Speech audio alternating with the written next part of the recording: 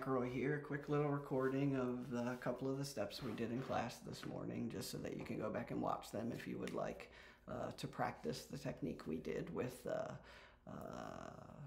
cutting an object out with a layer mask, importing that layer mask into Illustrator, converting the then PSD file layer mask into a vector object, and then expanding that vector object so that it is scalable. So the first thing I'm going to do is in Photoshop, I'm going to file open. I'm going to open our original image that we cut out today. I'm going to use my select subject.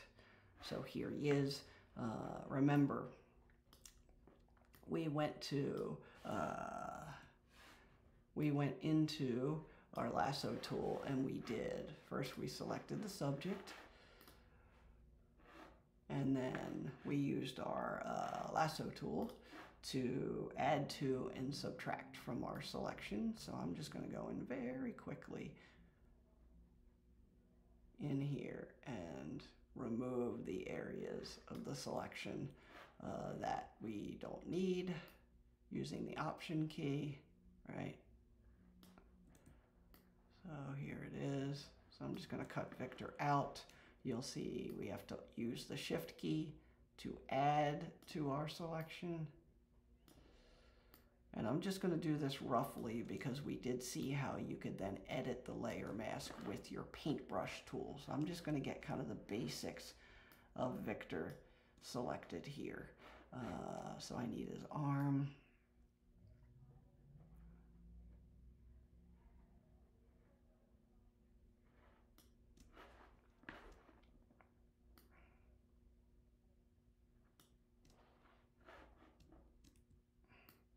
So I'm just kind of cleaning him up using Shift to add, Option to subtract.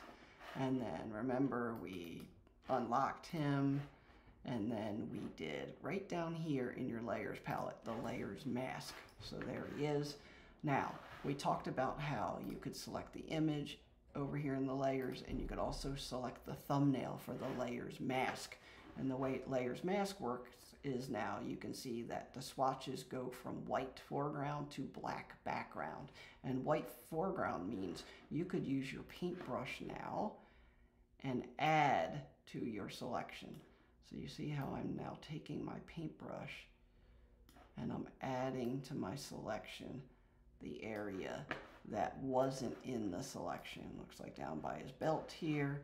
And then if I toggle to black, I can remove from my selection. And it's all tied to our brush size and the edge of our brush.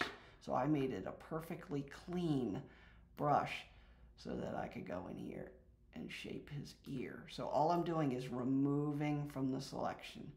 So see how I'm kind of running my brush along the edge of his arm, and I'm removing from my selection.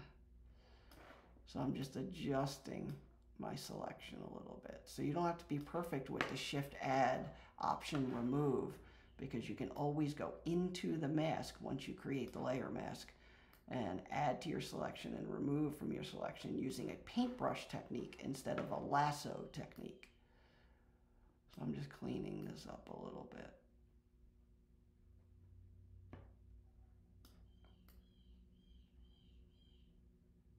So we went in and created our selection. And so I'm not going to make it perfect for the speed of the demo, the amount of time of the demo, but just to give you a basic idea. All right, so now we have him cut out in a layers mask. In class, we did save as, and we did Victor cutout.psd and click save and OK. Now we have Victor as a cutout. So we went into Illustrator and did File New. And here we go. We did File Place. So we have our now transparent background or layer mask of Victor in .psd. And we did File Place. And we are going to pick Victor, the cutout. Here he is. We're going to turn off our link button. So we're going to click Place. And we're just going to draw a little version of Victor. So here he is. And I'm going to select him and do copy paste. So I have an original copy over here. Now remember from class, we have global selection arrow here and we have direct select. Now global selection is the one we want right now to select Victor. Now when you have him selected, you should have this property up in the top of your properties window. If you do not, make sure you have window workspace layout turned on, and that will give us our tracing options. And we did 6 color in class. And so Victor's going to be 6 color.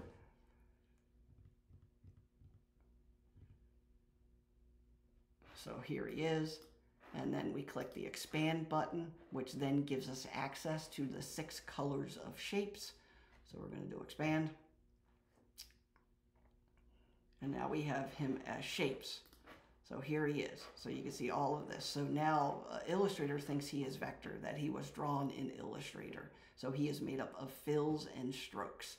Now, once we have him as a shapes inside of shapes, we can use our direct select arrow. So you see how we can select on just the background around Victor?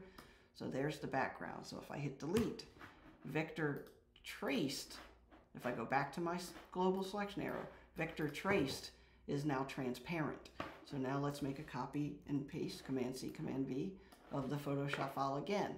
Instead of traced, let's do logo. And here he is. And if we expand him again, he is shapes.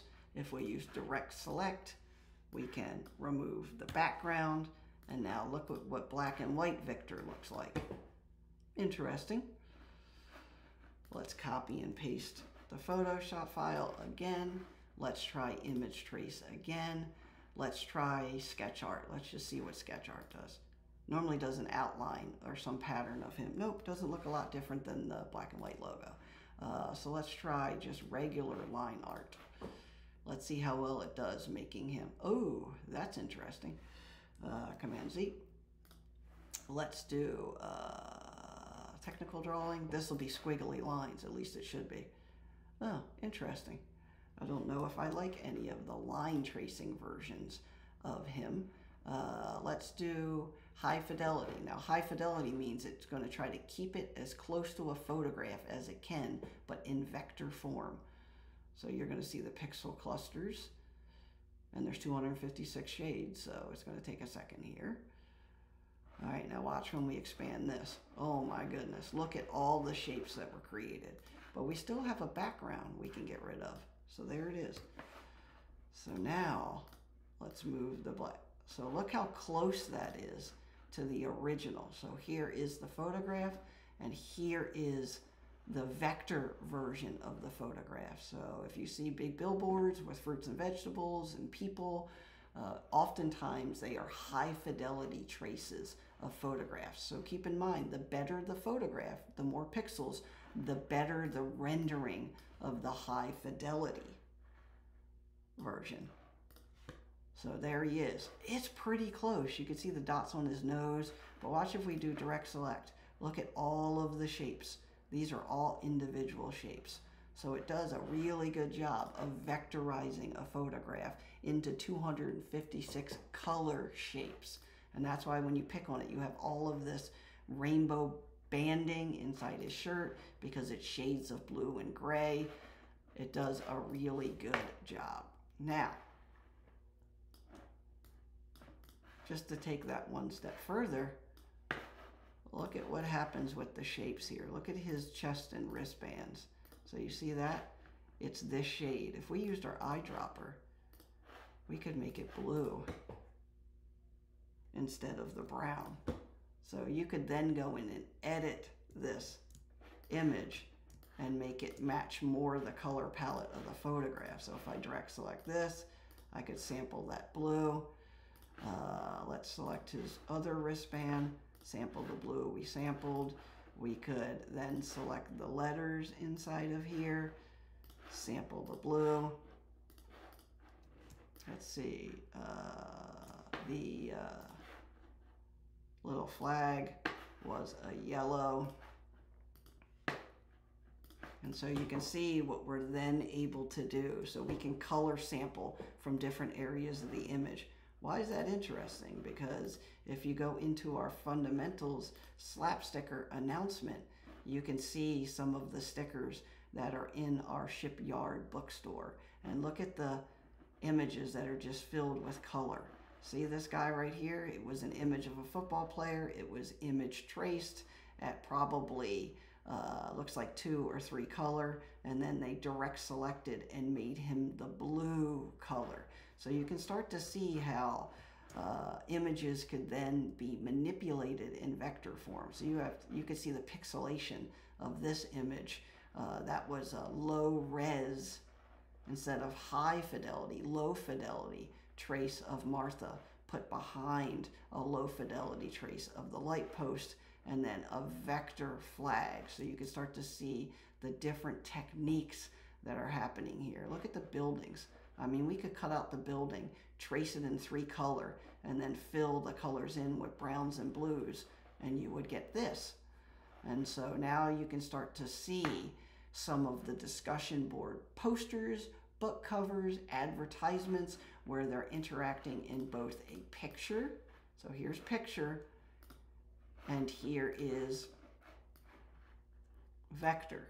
So if I zoom in, you can see photograph pixels, vector shapes. So you can start to see the difference of them, and then you'll start recognizing them in advertising. Vector is really important application process for printing on glossy material, book covers, stickers, cereal boxes, things that have food that go in an environment where moisture matters. Those are best designed, best suited for vector images. But you'll notice that even when we vectorized a photograph in high fidelity, look how good it is. So you wouldn't know any difference in a coffee packaging that's one of those shiny pouches. You wouldn't notice any difference if we use this combined with illustration style vector images inside of the box or the packaging. You would know no difference. So honestly, the environment that those pouches are created in are in a vector environment using vectorized photograph or raster-based assets. So hopefully this recording helped, gang. See you on Wednesday. Remember, take 6 pictures around campus of Evans objects, Evans School objects. So anything that reminds you of Evans School, like cameras and maybe a book, anything that is humanities type of iconography. We're going to kind of do this as a test run for making stickers. All right, gang, have a good one.